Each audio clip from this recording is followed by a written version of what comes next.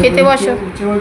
হ্যাঁ, উচ্ছে আলু ভাজা আর হচ্ছে কাসন্দি দিইনি, তুমি তো খেতে চাও না। এখানে হচ্ছে পুঁই শাক আছে, আলু দিইনি, আলু তো তুমি পছন্দ করো না। মাছের মাথা আর তেল দিয়ে, মাছের তেল দিয়ে করেছি। হ্যাঁ, ওইটা পুঁই শাক তো। হ্যাঁ, তো খেয়ে দেখো কেমন লাগছে। সঙ্গে তো জল আছে। আর হচ্ছে এটা হচ্ছে তেলাপিয়া মাছের ঝাল করেছি, দারুণ সুন্দর হয়েছে, গন্ধটা খুব সুন্দর বেরোচ্ছিল। তো যাই হোক, হুম, শাকটা কেমন হয়েছে? শাকটা খেয়ে দেখো, শাকটা দারুণ হয়েছে, দারুণ।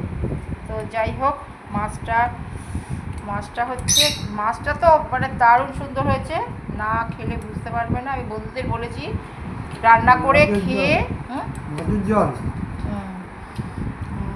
কিচ্ছু দিইনি, শুধু জিরে আর একটু দিয়েছি। তো যাই হোক, মাছ আর একটা নিলে দেবো। তো মাছগুলো বড় বড় আছে, কালকের জন্য একদম করে রেখেছি, বুঝেছো? কালকে তো লাইফে যেতে হবে, করতে হবে। তো যাই হোক, তোমার রান্না পছন্দ হয়েছে তো আজকে? তো যাই হোক, হ্যাঁ, খেয়ে দেখো। তো যাই হোক, দাদাবাবুর খাওয়াটা খুব মজা হয়েছে আজকে। তো আমি ভাবছিলাম একটু আমের টক করবো, তার ভালো লাগেনি, এত গরম। আর গ্যাটকুল পাতাটাও করতে পারিনি, প্রচুর কষ্ট। তো যাই হোক, বন্ধুদের আশা করি ভালো লাগবে।